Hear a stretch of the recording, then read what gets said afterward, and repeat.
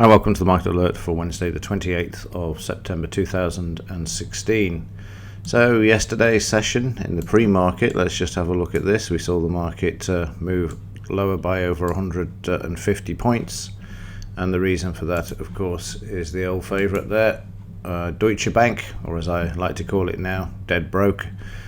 And you can see yesterday we had a new low in this at €10.20.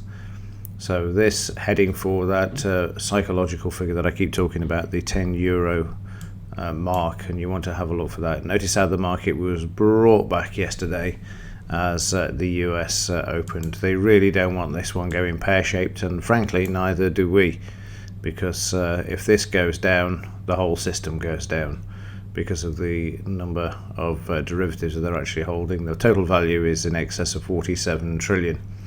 Unfortunately, I can't see any way around it, but who knows? And I'll come back to that just before the close of the market alert. So we saw the market driving higher there. The range of this bar was too great. It was above the 25 range that we have in the indicator setting. You can see that it's set for 25. No doubt if we set this for a higher figure, it doesn't really matter what it is. There you go, you can see the signal there.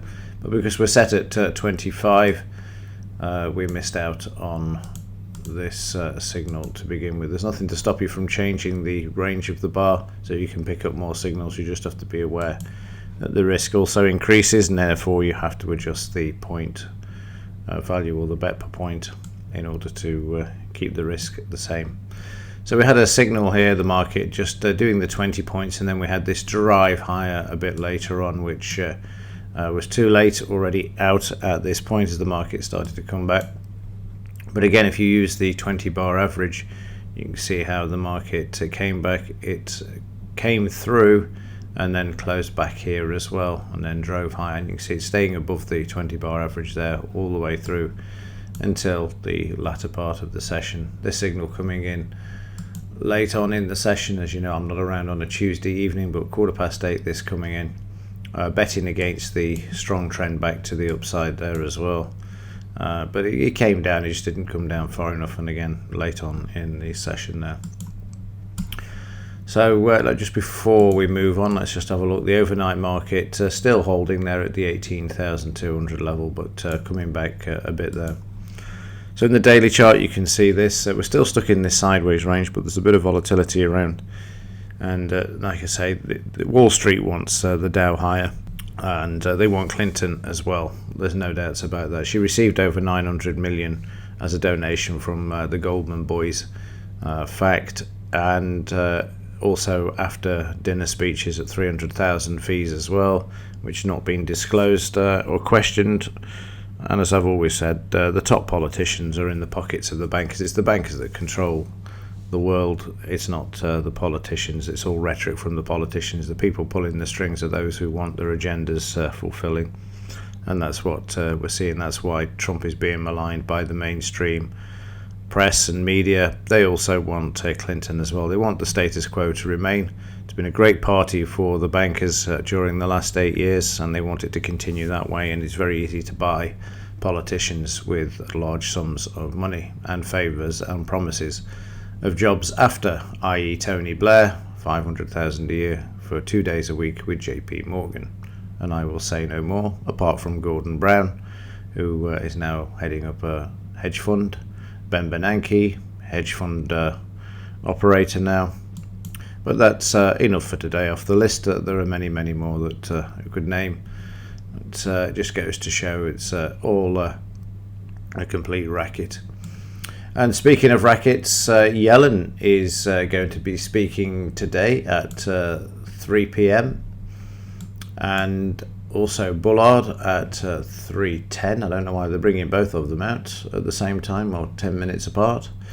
And then we've got Super Mario out as well. He's coming out at 3:30 as well, no doubt to reassure the world that everything is fine with Deutsche Bank. It's not a problem, because I'm here to save it should anything happen. Not to you personally, of course, Super Mario, but the taxpayer no doubt will end up bailing out Deutsche Bank, even though Merkel said at the weekend that they wouldn't. And again, who knows how this is going to unfold, apart from it not being a very pretty ending. So yeah, market sideways, needs to move higher, still below the 20 bar average there, but nothing to stop these central bankers printing more and sending the markets higher there to keep the Ponzi scheme alive. In the implied volatility, well, that's 1161. That's down from yesterday's 1310, as you can see in the chart there.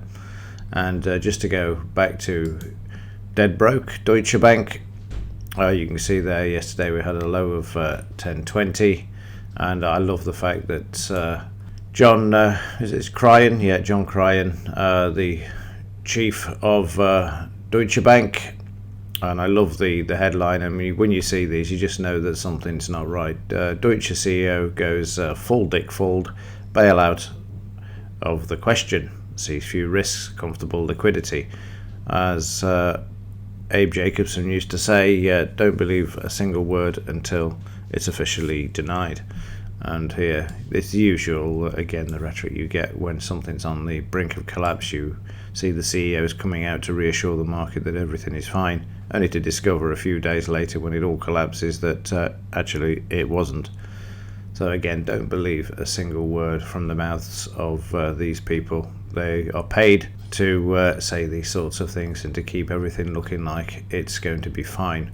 The only thing that I would say is that when we get down to 10 euros is, I've said on occasions that the knives would be out and it would become a bloodbath. I don't know whether it will actually, because if you think about it logically, we've got all the other banks aren't really going to force one of their partners in crime into a situation of bankruptcy, because of course with Deutsche Bank having so much in the derivatives, it would have a knock-on effect and actually affect their bonuses as well. So who knows, they may actually try and do whatever they can to keep it afloat. It's an interesting one actually, whereas the subprime market was slightly different. This one is there's a vested interest for all bankers to keep Deutsche Bank afloat. So again, how this will unfold, who knows, but it certainly has major problems.